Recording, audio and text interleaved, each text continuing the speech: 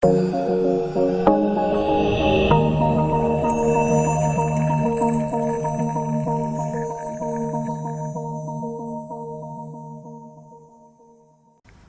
datang. Kembali kita masuk pada pertemuan keempat. Ya, kita akan membahas masih seputaran if ya. Tapi di sini kita membahas tentang nested if atau if bersalang.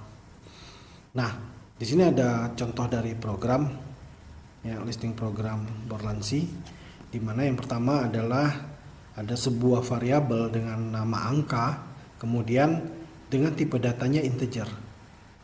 Nah, di sini code input sebuah angka, cetak input sebuah angka, maka kita akan memasukkan angka sembarang ya.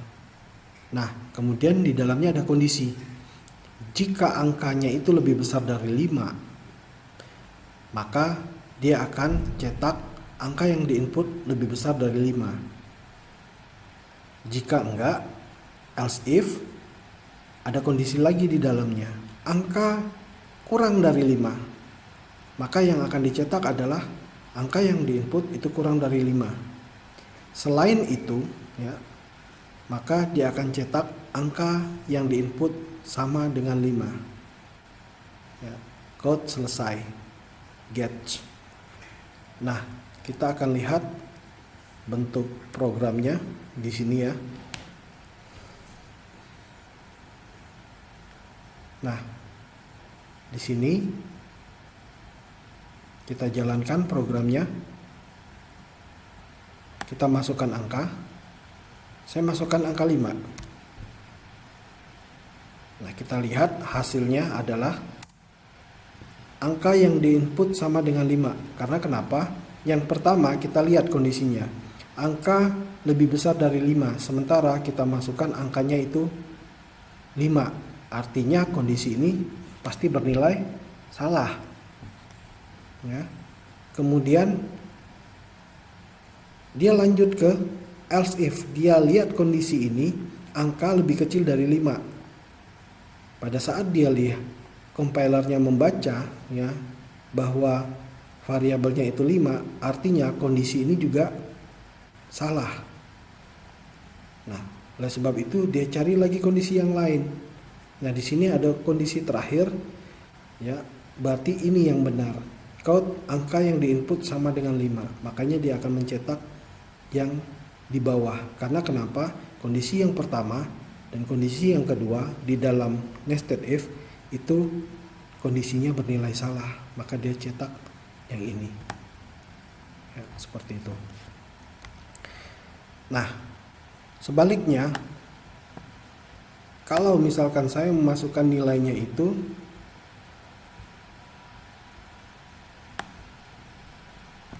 8, maka kondisi yang pertama itu akan bernilai benar. Dia akan mencetak angka yang diinput lebih besar dari 5. Jadi program itu akan menjalankan perintah ini. Yang di bawahnya itu tidak dilakukan karena pasti dia bernilai salah. Nah, jadi langsung dicetak angka yang diinput lebih besar dari 5 ya. Atau sebaliknya saya masukkan nilainya itu 3.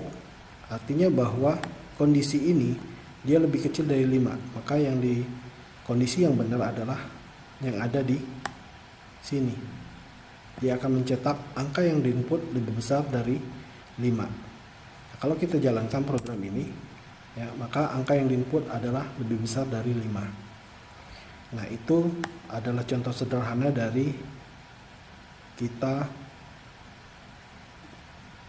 bermain dengan kondisi ya, yaitu kondisi bersarang. Nah, selanjutnya di dalam sebuah kondisi ya, apabila kondisinya lebih dari 1 ya, maka kita bisa menggunakan operator. Nah, di sini operator logika ya, yang biasa digunakan adalah yang pertama adalah operator AND, kemudian operator OR, dan bukan operator, atau operator bukan ya, atau negasi not ya. Nah, Kalau dulu SMA kita pernah belajar operator ini, ya, kita akan bisa lihat bahwa simbol yang digunakan dalam operator ini di Borlansi khususnya adalah tanda dan 2 seperti ini, ya.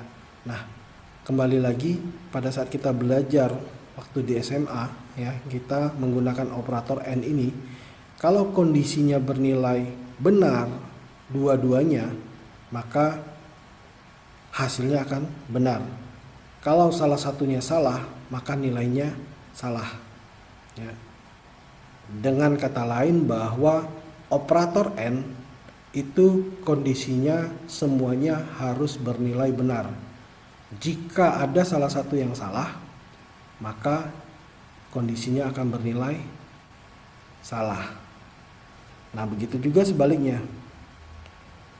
Operator OR, kalau operator OR, ya, simbol yang digunakan adalah garis 2 seperti ini. Nah, dia akan bernilai benar kalau kondisinya dua-duanya benar.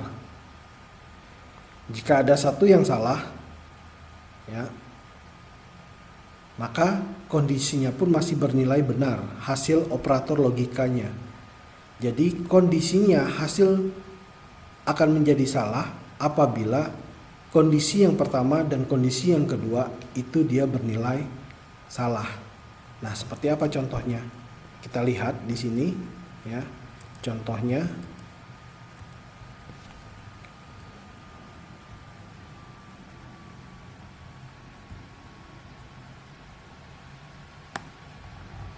kita menggunakan operator AND, ya. Ada tanda dan 2. Artinya bahwa jika A lebih besar dari B dan B sama dengan C, artinya bahwa kondisi ini harus bernilai benar, baru dia akan mencetak statement ini. Diawali dengan buka kurung, tutup kurung. Nah, kalau kita lihat di sini kan dia punya ungkapan 2. If A lebih besar dari B dan B sama dengan C. Nah, sekarang kita lihat A lebih besar dari B. Kebetulan kita tidak memberikan nilai karena nilainya sudah diberikan di sini, ya. Jadi kita tidak menggunakan perintah cin, ya. Tetapi variabel itu sudah didefinisikan, ya, dengan tipe data integer di mana A sama dengan 5, B sama dengan 2, C sama dengan 3. A lebih besar dari B. Berarti kondisi yang pertama itu A5, B2. Artinya A lebih besar dari B itu nilainya benar. Sekarang kita cek yang kedua, kondisi yang kedua, ya. B sama dengan C. B2, C3 sama dengan C. Artinya bahwa kondisi yang kedua ini dia adalah salah. Artinya benar ketemu salah, hasilnya salah. Otomatis ini tidak dikerjakan, ya. Yang dikerjakan adalah ini, ya, ini di luar dari kondisi, ya. Ya, sebenarnya statementnya ini bebas, ya. Ini di luar dari kondisi atau apalah di sini bebas. Artinya logikanya itu yang harus benar, ya. Karena kenapa? Seperti yang saya jelaskan tadi bahwa operator AND, ya, itu kondisinya harus dua-duanya benar.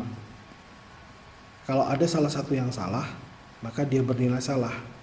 Artinya kondisi itu tidak dikerjakan, ya. Nah, kalau seperti ini otomatis kondisinya bernilai salah. Jadi yang dia kerjakan adalah ini, ya, di luar kondisi.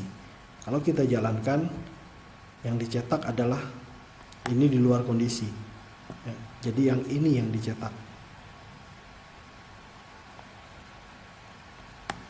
Nah, sebaliknya, ya, seandainya B sama dengan C, B sama dengan C, C-nya saya masukin 2.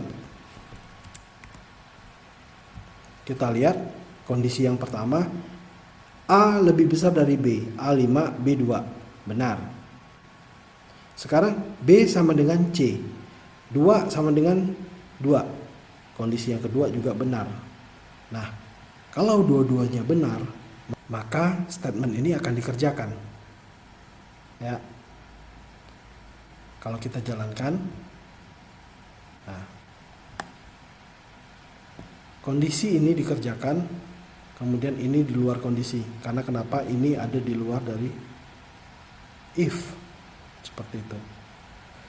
Nah, sekarang kita menggunakan operator OR. Kalau yang ini kita menggunakan AND, sekarang kita menggunakan OR. OR itu adalah tandanya garis. Tandanya garis itu seperti ini. Nah, bagaimana dengan operator OR?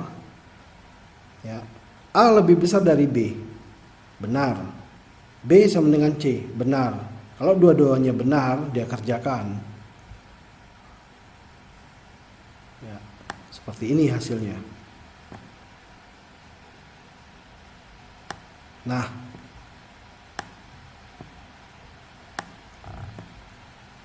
sekarang kalau misal B-nya saya kasih 3, A lebih besar dari B, benar.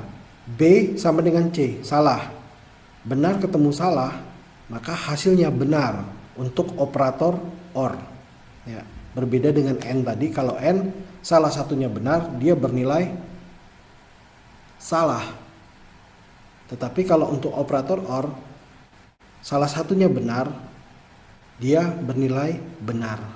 Ya, nah, ini kalau dikerjakan, dia tetap mencetak, ya, kondisi yang pertama, kemudian dia cetak lagi ini di luar kondisi. Nah, seperti itu. Ya, ini untuk operator AND dan OR. Nah, terus kemudian